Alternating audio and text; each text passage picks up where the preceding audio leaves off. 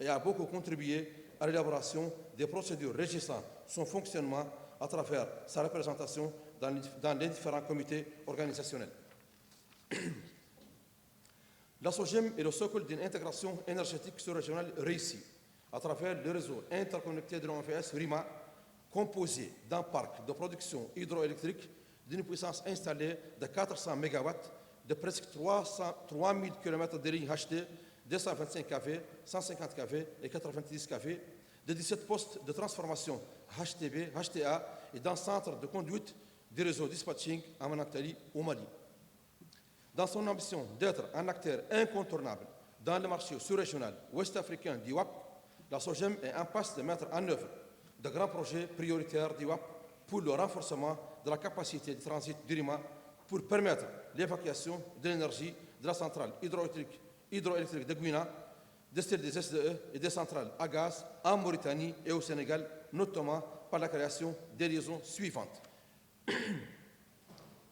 Liaison Bitarn 225 kV sur 288 km Kaïmali, Tabangunda, Sénégal, mise en service en 2022. Ligne Bitarn 225 kV sur 279 km au Mali, Manantali, Kita, Bamako, mise en service la mise en service est prévue au deuxième semestre de 2024. Ligne 225 kV sur 446 km Kaï-Yerimana, Tintan-Kifa, Mauritanie, dont la mise en service est prévue en 2025. Pour augmenter notre capacité de production, les études et recherches de financement pour les ouvrages suivants sont en cours. Koukutamba, Guinée, 294 MW, productible annuel moyen 888 gigawatts par an. Bouraya et Balassa, Guinée, 114 MW, productible annuel moyen 733 gigawatts par an. Gourbassi, Mali, puissance installée 18 MW, productible 68 gigas. Aussi, la SOGEM, en collaboration avec l'OAP, a entamé un projet d'hybridation de la centrale hydraulique existante de Mali, de Manantali, avec une centrale solaire PV terrestre ou flottante. Cette hybridation est prévue en deux phases de développement de la puissance solaire. Première centrale solaire PV de 87,5 MW crête devant être mise en service en 2026. Puis, une seconde centrale solaire PV de 212,5 MW crête devant être mise en service en 2030. La capacité solaire PV cumulée des deux centrales serait de 300 MW crête. Les études de faisabilité sont finalisées avec l'appui de la Banque mondiale et seront soumises aux États de l'OMVS et aux sociétés d'électricité pour approbation du 20 au 22 novembre 2023. La SOGEM a engagé sous notre direction de grands projets d'envergure sous-régionale, dont notamment le renforcement de ce GFO avec l'acquisition de ce GFO de 24 paires et accessoires, financement Banque mondiale et travaux de remplacement, financement SOGEM en cours. Construction d'un dispatching de repli en cours, financement SOGEM. Recrutement d'un opérateur de gros et cassera sélectionné pour la revente de la capacité excédentaire large bande Internet. Renforcement des capacités d'évacuation des réseaux avec le doublement et le triplement des transformateurs des postes HTB, HTA d'IRIMA pour assurer la sécurité N-1. La maîtrise de l'énergie électrique dans notre région ouest-africaine devra passer inévitablement par l'organisation d'un marché d'échange d'actifs énergétiques. La société de gestion d'énergie de Manantali ambitionne de devenir le pivot de ce marché énergétique ouest-africain. Chers frères d'IWAP, je ne saurais terminer mon propos sans vous redire mon souhait de plein succès à nos travaux et mon impatience de vous offrir le meilleur de notre hospitalité mauritanienne, celle de l'OMVS, mais assurément, je vous remercie pour votre je vous remercie pour votre attention. Du WAP, mesdames et messieurs, chers invités ici présents, tout protocole observé, chers collaborateurs, je voudrais, pour commencer, vous demander de me permettre de remercier notre ami, le directeur général de la SOGEM, et la SOGEM, et particulièrement les autorités politiques et administratives de la Mauritanie de nous accueillir aujourd'hui, ce lundi, jour d'ouverture de la 18e session de l'Assemblée générale du West African Power Pool. Je voudrais tout spécialement, en votre nom à tous, remercier le président de la République, son Excellence M. Mahmoud Mohamed Ould Ghazawani, j'espère que je n'ai pas écorché le nom, pour vraiment la chaleur de l'accueil dont nous sommes l'objet depuis les quelques jours que nos délégations ont commencé à venir ici à Nouakchott. Merci franchement pour les dispositions prises pour notre accueil et aussi pour les facilités qui nous sont accordées pour tenir ces assemblées générales. Ce n'est pas usuel que nous tenons notre assemblée générale à l'extérieur de la CEDEAO.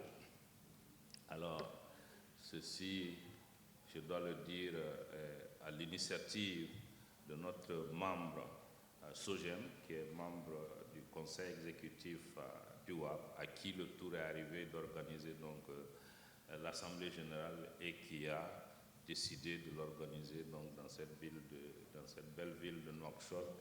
Et je dois dire à notre ami, le DG de SOGEM, que nous sommes comblés par l'accueil qui nous est réservé. Donc, merci encore, cher ami, et bien vouloir transmettre donc aux autorités politiques et administratives de Mauritanie le remerciement du West African Power Pool pour l'accueil que vous nous réservez aujourd'hui. Chers amis, permettez-moi aussi, président des comités organisationnels, membres des comités organisationnels, permettez-moi aussi de dire merci à vos directeurs généraux qui ont bien voulu vous autoriser à venir ici pour assister donc à cette 18e session de notre AG. Et donc malgré, je sais, les occupations que vous avez chacun dans vos sociétés, dans vos pays, à ces temps où ce n'est pas facile de fournir l'électricité à la population. Donc merci à eux quand vous retournerez, bien vouloir leur dire que le secrétaire général est reconnaissant envers eux pour donc cette marque d'attention. C'en est une pour donc, notre organisation. Alors, la 18e session de l'Assemblée générale, comme vous l'avez vu donc, sur les affiches, nous avons adopté comme thème « Façonner l'avenir du marché régional de l'électricité de la CEDEAO ». Bien sûr, il y a parmi vous des gens qui suivent depuis longtemps, qui sont à plusieurs sessions de l'AG. Aujourd'hui, après avoir plusieurs fois parlé de la construction des infrastructures, de l'installation du marché, tout ça, maintenant, nous sommes à un moment où l'enveloppe du marché est dessinée, où même l'intérieur aussi a un contenu, mais nous nous devons de façonner ce contenu-là, c'est-à-dire de le modeler de telle sorte qu'il nous permette de faire face aux défis importants que nous avons dans chacun de nos pays et dans tout l'espace de notre communauté.